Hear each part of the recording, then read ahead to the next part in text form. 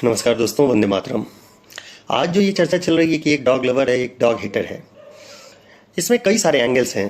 पहली बात, जब आप किसी को डॉग लवर या उसका थोड़ा सा उपहास करते हुए, मजाक करते हुए उसे कुत्ता प्रेमी, कुकुर प्रेमी, श्वान प्रेमी कहते हो, तो वहाँ पे वो कहता है कि मैं सिर्फ डॉग लवर नहीं हूँ, मैं तो एनिमल लवर हूँ। पर आप उसको एनिमल लवर नहीं, सिर्फ डॉग लवर की कैटेगरी में रखते हो। दूसरा, वो आपको जब एनिमल हेटर कहता है या आपको वो डॉग हेटर कहता है, तो आप कहते हो नहीं नहीं, मैं तो ह्यूमन लवर हूँ, या मैं डॉग हेटर नहीं हूँ, मैं तो सोसाइटी के लिए कंसर्न हूँ। तो सिर्फ इतने में बात नहीं है, इसके बहुत सारे डायमेंशंस हैं। सबसे पहले तो डॉग लवर भी हैं, ब्रीड लवर भी हैं। बहुत लोग हैं जो सिर्फ अपने पार्टिकुलर ब्रीड के जो कुत्ते को घर में रखे हैं, सिर्फ उससे कंसर्न है उन्हें, उसको बाहर ले जाते हैं और स्ट्रीट डॉग्स अगर देखते हैं तो उसको डंडे भी मारते हैं। और इनकी संख्या बहुत है। जो एक्चुअल डॉग लवर हैं या उनके लिए कंसर्न है, वो सबके लिए कंपैशन रखते हैं, सबके लिए दया रखते हैं। अच्छा, कुछ लोग हैं जो सिर्फ डॉग्स के लिए ज़्यादा कंसर्न है, ये बात भी है, ऐसे भी लोग हैं। लेकिन बहुत सारे ऐसे लोग हैं जो सिर्फ डॉग्स के लिए नहीं है, जो पार्टिकुलरली अभी जो सुप्रीम कोर्ट का फरमान आया था 11 अगस्त को, तो उस समय कुत्तों के जीवन में भी यातना न हो, उनको कष्ट न हो, शेल्टर के नाम पे ऐसी अन्यायपूर्वक उनके साथ कुछ दुर्व्यवहार न हो जाए जिससे कि वो यातना की जिंदगी मृत्यु तुल्य कष्ट को झेलें और अंततः मर जाएं। जैसा कि सेक्टर 27 रोहिणी वाले केस में भी हमने देखा, वो एक बहुत गंभीर विषय है, उस पर अलग से बात हो सकती है। तो मूल अभी इस बात पे रहना है कि एक जो है वो एनिमल लवर है, वो कुत्ते के लिए भी आवाज़ उठा रहे हैं। और आज जिस तरह की बाढ़ का सिचुएशन दिल्ली में भी है, पंजाब में आया है, हिमाचल में है, आप दिल्ली में तो मैं पर्सनली देख रहा हूँ, जो लोग डॉग्स को लेके एनजीओ भी चला रहे हैं, वो लोग जा रहे हैं बाढ़ में, जाकर कुत्ते के साथ साथ अन्य जीवों को, गौ माता को, सबकी रक्षा कर रहे हैं। उनको रास्ते में कहीं कोई गौ माता कभी कष्ट में दिखती है, उसको लेकर आते हैं। अभी जंतर मंतर पे जो 31 अगस्त को हुआ था प्रोटेस्ट, वो सभी जीव एनिमल क्रुएल्टी के खिलाफ कि बेजुबान पे जुल्म बंद करो। और बेजुबान हम कह देते हैं उन्हें, उनकी भी अपनी जबान है। और अगर हम कनेक्ट करना चाहें तो कंपैशन की जो लैंग्वेज है, जो लव की लैंग्वेज है, जो प्रेम की भाषा है, जो करुणा की भाषा है, उसमें बहुत अच्छा संवाद होता है, बेहतर संवाद होता है मनुष्यों से। आज कोई चाइनीज़ हो, आपको चाइनीज़ नहीं है, आप भी उसके सामने बेजुबान है, वो आपके लिए बेजुबान है। जापान में जाएंगे, वो आपके लिए बेजुबान है, क्योंकि जुबान होते हुए समझो एक दूसरे से कम्युनिकेट नहीं कर पाएंगे। But beyond this language there is a communication, and that communication is the purest form of interaction. Communication is not complete without proper feedback. प्रतिपुष्टि के बगैर संचार अधूरा है। तो यहाँ रिस्पॉन्ड करते हैं, बस उस लैंग्वेज में थोड़ा सा आपको कंपैशन दिखाना होगा। तो बात यह है कि एक एनिमल लवर है और एक लवर है जो कह रहा है कि मैं सिर्फ मनुष्यों के लिए सोचता हूं, जो होमो सैपियंस हैं, मैं उसके लिए सिर्फ कंसर्न हूं। वैसे भी लोग हैं, उनको किसी भी बाकी जीव जंतु से बहुत ज़्यादा लेना देना नहीं है। उनका कहना है कि भाई मनुष्य है, हम मनुष्य का सोचते हैं, और चाहे वो बकरे को काटना पड़े, मुर्गे को काटना पड़े, मछली को मारना पड़े, किसी को भी, गाय को खाना हो, सुअर को खाना हो, हमें उसे हिरन को मारना हो, खरगोश को मारना हो, हमें कोई लेना देना नहीं है। हम तो बस ये समझते हैं कि ये मैं हूँ और मेरा टेस्ट है और मेरा पेट है, वो भरना चाहिए। बाकी जीव जंतु को मार के हम उसका लेदर का कपड़ा भी पहनेंगे, जूते भी पहनेंगे, बेल्ट भी पहनेंगे, लिपस्टिक लगाने के लिए भी कितने कीड़े मर जाएं। तो ये सब चीज़ें अपनी अपनी थ्योरी है। कुछ लोग हैं जो एकदम वीगन है, वो कह रहे हैं कि नहीं, हम शहद भी यूज़ नहीं करेंगे, हम दूध भी यूज़ नहीं करेंगे, हम किसी प्रकार की ऐसी कोई सामग्री, प्रोडक्ट को यूज़ नहीं करेंगे जो जिससे के कारण की एनिमल क्रुएलिटी हो। क्योंकि स्वाभाविक रूप से अगर गौ माताएं दूध देती हैं, भैंस दूध देते हैं नेचुरल मेटिंग के थ्रू, तब तो बात और है। और उनके बच्चे वहाँ पे रहें, जो बछड़ा है वो वहाँ पे रहे, या बाछी है वो वहाँ पे हो, और वो संतुष्ट हो। उसके बाद अगर दूध हमें मिल भी जाता है तो वो दूध ग्रहण करने के लिए सोचा भी जा सकता है। लेकिन आजकल क्या हो रहा है कि जैसे भैंस है, गौ माता है, उसने बछड़े को जन्म दिया, बछड़े को भेज देते हैं कत्ल खाने में, या निकाल देता है, बाहर छोड़ देता है कहीं भी कि उसको भरण पोषण नहीं करना होगा। क्योंकि आगे चलकर, पहले बैल से तो खेती भी होती थी, अब ट्रैक्टर आ गया है, तो एक तरह से उसका कत्ल ही हो जाता है। और इधर गौ माताओं के पास, भैंस के पास उसका पूंछ काट के रख देते हैं, उसको सुंघाते हैं कि उसको स्मेल करके वो दूध देते हैं, या इंजेक्शन देते हैं, ऑक्सीटॉक्सिन देते हैं, फिर मशीन लगा के दूध खींचते हैं। ये सब कई सारी चीजें हैं और बार बार आर्टिफिशियल इंसेमिनेशन का प्रोसेस होता है। तो ये सब क्रुएलिटी के अगेंस्ट में वो कह रहे हैं कि जीवन भर मधुमक्खी एक चम्मच किसी तरह से शहद बनाती है, हम लोग आग लगाकर उसका शहद सारा ले लेते हैं। तो ये एक अपना चिंतन है जिसके कारण वो लोग वीगन है। वो लोग कह रहे हैं मनुष्य ही नहीं, धरती पे किसी भी जीव को हमारे कारण कष्ट ना हो, जितना भी लीस्ट डिस्टर्बेंस हम उनको दे सकें वहां तक पहुंचे, जो हमारे एकदम कंट्रोल के बाहर है। अब वो तो बियॉन्ड कंट्रोल है, लेकिन जो कंट्रोल कर सके वहां तक हम कोशिश करें कि ईश्वर ने इतना अन्न फल जल दिया है कि हम किसी जीव जंतु की हत्या करके ना करें। एक चिंतन ये है कि पूरी ह्यूमैनिटी से भी, पूरे होमोसेपियंस से, पूरे मानव समाज से मुझे लेना देना नहीं है। सिर्फ मैं और मेरी फैमिली, मेरी फैमिली में कुछ नहीं होना चाहिए। मेरे बच्चे को कहीं से भी कुत्ते के काटने की आशंका भर अगर न्यूज में आने लग जाए, तो भले ही मेरी जिंदगी में किसी कुत्ते ने मुझे, मेरी फैमिली वाले को नहीं काटा हो, और भले ही मेरे मोहल्ले में ऐसी घटना नहीं दिखती हो, लेकिन हमको दिखा दिया है, तो हम इस साइकोलॉजी के साथ हैं कि दुनिया में और किसी को काटे न काटे उससे हमें मतलब नहीं है। मेरे बच्चे को कल काट ले, ऐसी सोच के कारण हम आज ही डंडा मारेंगे। दूसरा रोड पे एक्सीडेंट होकर मर जाए, उससे हमें मतलब नहीं है, लेकिन मेरा बच्चा घर से बाहर निकलेगा, उसे कल कुत्ता काट सकता है।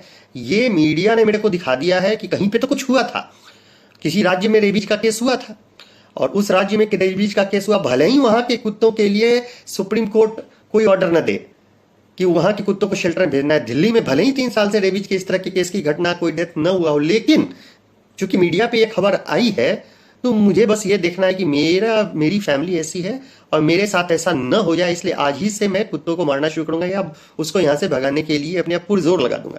तो एक मेंटलिटी ये है कि मेरी फैमिली से भी कुछ लेना देना नहीं है, मुझे बस मेरा सुख चाहिए। वो मेरे माता पिता गांव में रहें या वृद्धाश्रम में रहें, उससे भी मुझे कोई मतलब नहीं है। पत्नी को डिवोर्स दे दो, बच्चे भी साथ रहें, मुझे बस मेरा सुख चाहिए। तो ये भी सोच के लोग हैं, ऐसे भी सोच के बहुत सारे लोग हैं। कुछ लोग ऐसे हैं जो ये कहते हैं कि नहीं, सिर्फ ह्यूमन लवर हम नहीं है, होमो सैपियंस लवर नहीं है, सिर्फ डॉग लवर नहीं है, हम ह्यूमैनिटी लवर नहीं है, सॉरी डॉग लवर नहीं है, एनिमल लवर नहीं है, हम ह्यूमैनिटी लवर। ह्यूमैनिटी के अंदर में सब कुछ आ जाता है। धर्म की जय हो, धर्म का नाश हो, प्राणियों में सद्भावना हो और विश्व का कल्याण हो। सभी प्राणियों के हित का चिंतन करने वाले हैं हम, और प्राणी जगत में हम वृक्ष को भी रख रहे हैं। वृक्ष की भी अनावश्यक आप कटाई कर रहे हैं, उसकी हत्या कर रहे हैं, जंगलों को काट रहे हैं, हम इसके फेवर में भी नहीं है। नदियों को प्रदूषित आप कर रहे हो, आप वायु प्रदूषित कर रहे हो, आप पहाड़ों को तोड़ रहे हो, हम इसके भी हक में नहीं है। आप वो करो, प्रगति करो, वैज्ञानिक प्रगति करो, लेकिन वैज्ञानिक प्रगति के नाम पर आप जीवन के मूल अवयवों के साथ छेड़छाड़ करो। मंगल पे जीवन ढूंढने आप जा रहे हो और धरती पे जो जीवन है उसको अनदेखा कर रहे हैं। कितने सारे जीव जंतु ऐसे स्पीसीज हैं जो विलुप्त होते चले जा रहे हैं। आज ही एक पैसेंजर पिजन नाम की प्रजाति थी जिसका लास्ट पक्षी बचा हुआ था, वह भी गया। तो इस तरह से अनेक प्रजातियां विलुप्त हो रही हैं। तो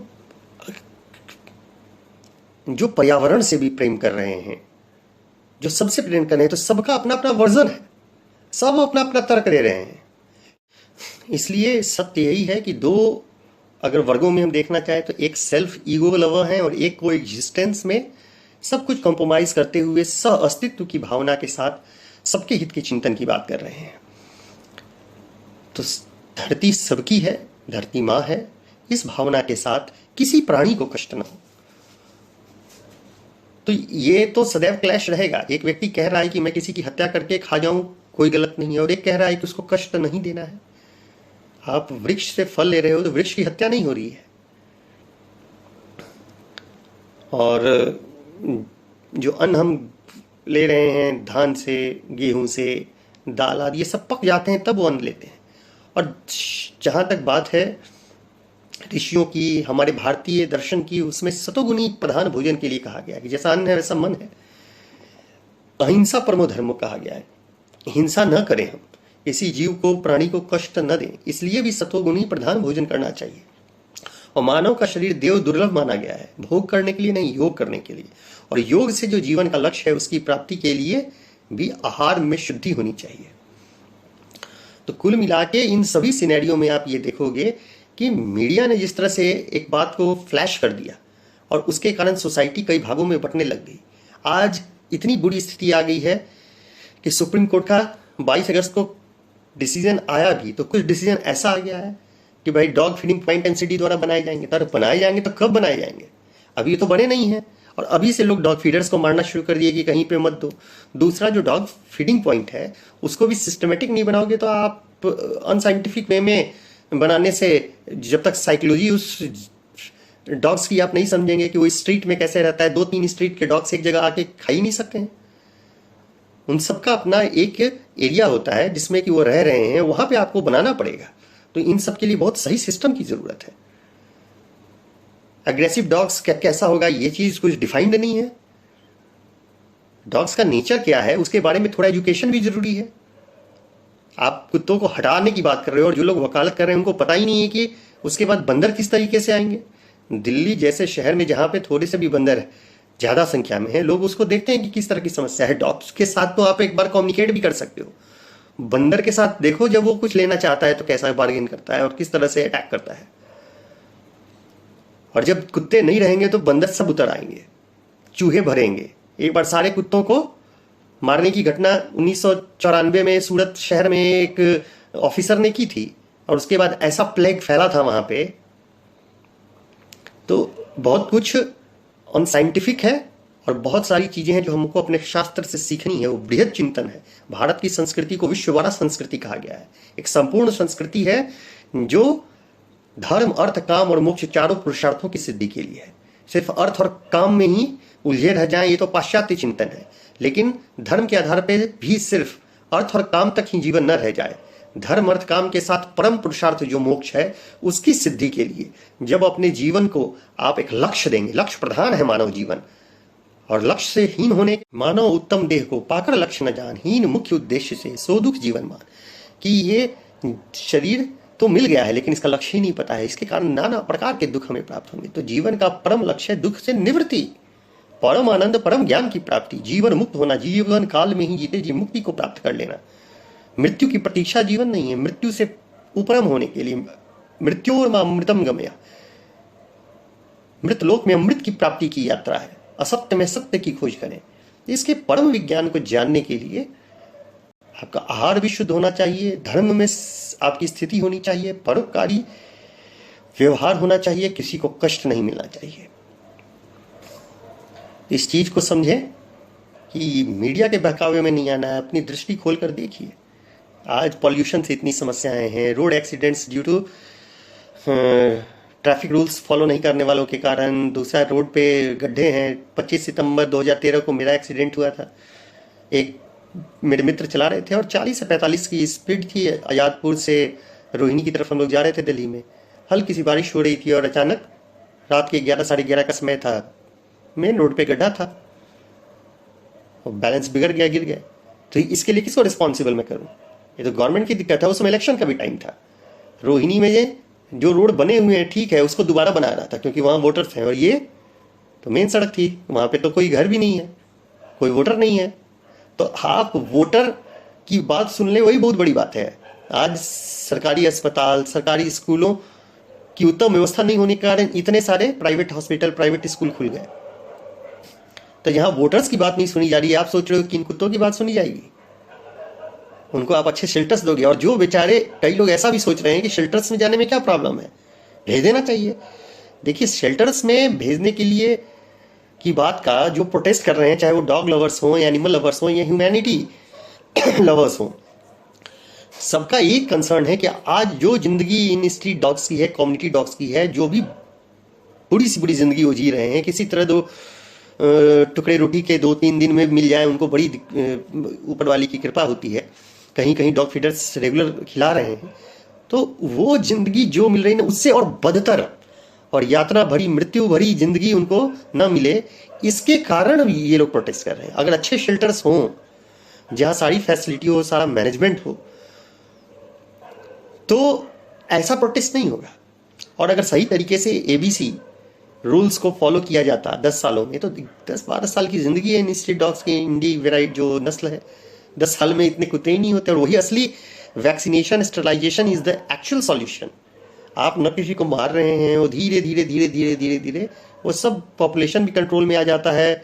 फिर आप एडॉप्शन के लिए भी लोगों को मोटिवेट करते। तो एक तरफ से ये पॉपुलेशन कम होता है, दूसरी तरफ से लोग एडॉप्ट करना शुरू करते।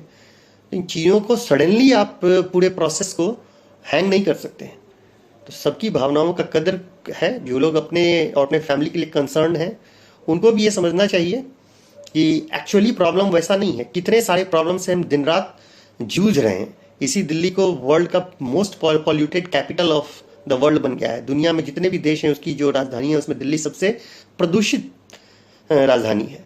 साथ ही टॉप 10 पॉल्यूटेड सिटीज में दिल्ली नंबर 2 पे है, और एनसीआर के 4-5 शहर इसी में आ जाते हैं टॉप 10 में। आज मैक्सिमम ऑफिस में आप जाओगे तो वहाँ पे एयर प्यूरीफायर लगा है, लोग घरों में एयर प्यूरीफायर लगा रहे हैं। तो बाहर से आप दम घोटू हवा की जहरीली हवा में कैद हो, और अंदर में आप एयर प्यूरीफायर लेके कमरे में कैद हो। कल को आपको चलना पड़ेगा तो ऑक्सीजन का मास्क लगा के चलोगे। तो यही ज़िंदगी अगर है कि एक आदमी सिलेंडर लेके चले और बाहर से जो हवाएं हैं वो हमारे सांस लेने लायक न रहे। ऐसी ही धरती, ऐसी ही दुनिया बनानी है तो बात अलग है। तो बात क्या है कि ट्रैफिक की समस्या है, ज़िंदगी में कई सारी परेशानियां हैं, उन सबको उस पर मीडिया आवाज़ नहीं उठा रहा है। न वृक्षारोपण के लिए, न ब्लड डोनेशन के लिए। अगर मास ड्राइव होता, ये कम्युनिकेशन होता, तो देश समाज की परिस्थितियां कुछ और होती। तो हमें समझना पड़ेगा कि ये जो डिवाइड एंड रूल है, ये आपस में हम लड़ रहे हैं। पहले कुत्ते को मार रहे थे, अब डॉग फीडर्स को मार रहे हो। आप देखो, आपको इतना ही ह्यूमन लाइफ से अगर प्रेम है तो आप उठ के जाओ ना। आज बाढ़ में जो लोग पीड़ित हैं उनकी सेवा करो। यहाँ भी वही सेवा कर रहे हैं। आप देखोगे अगर पंजाब में नाव जा रही है, जो कुत्तों को बचा रहे हैं वो मनुष्य को भी बचा रहे हैं, उनको भी भोजन दे रहे हैं। दिल्ली में जा रहे हैं, जो गौ माता की सेवा कर रहे हैं वो कुत्ते की सेवा कर रहे हैं। वहाँ पे जो गरीब लोग हैं, जिनका घर बिल्कुल यमुना के किनारे है, उनको फीड कर रहे हैं। तो ये एक अलग ब्रीड है, एक अलग प्रजाति है जो सेवा की संस्कृति में बिलीव करती है। वो सभी प्राणियों का हित चाहती है। चूंकि ये जिन्हें हम बेजुबान कह रहे हैं, जिन्हें आप स्ट्रे कह रहे हो, जिन्हें आप आवारा कह रहे हो, ये निर्दोष प्राणी, इनके चूंकि ये अपनी आवाज़ नहीं उठा सकते हैं, वो अपनी बात नहीं बोल पा रहे हैं, इसलिए उनके तरफ से न्याय की एक मांग न्यायालय के सामने किया गया। और ये भी कितनी विडंबना है कि आप किसी के न्याय की बात करने की अपील कर रहे हो, तो आप आम आदमी हो तो आपको 25,000, आप उसके लिए अगर काम करने वाले एनजीओ हो तो आपको 2 लाख रुपए देने का नोटिस मिलता है। आप किसी कुत्ते को मार दो तो उसकी अगर किसी ने कंप्लेन की तो 50 रुपए का फाइन है। लेकिन आप उसके न्याय के लिए बात कर लोगे तो बात करने वाले को 25,000। ये बड़ी अजीब सी स्थिति है। और बात जब न्यायालय और सुप्रीम कोर्ट का आता है तो सबसे मुख्य है कि हम कुछ बोल नहीं सकते हैं वहां पे, क्योंकि भाई बात सुप्रीम कोर्ट का है। तो सबके बात इतना तो जरूर है कि एक अदालत ऊपर वाले की भी है और अंतिम फैसला वहीं से होता है। यहाँ न्यायालयों से, अदालतों से निर्णय दे दिया जाए, लेकिन न्याय असली ईश्वर करता है। धन्यवाद।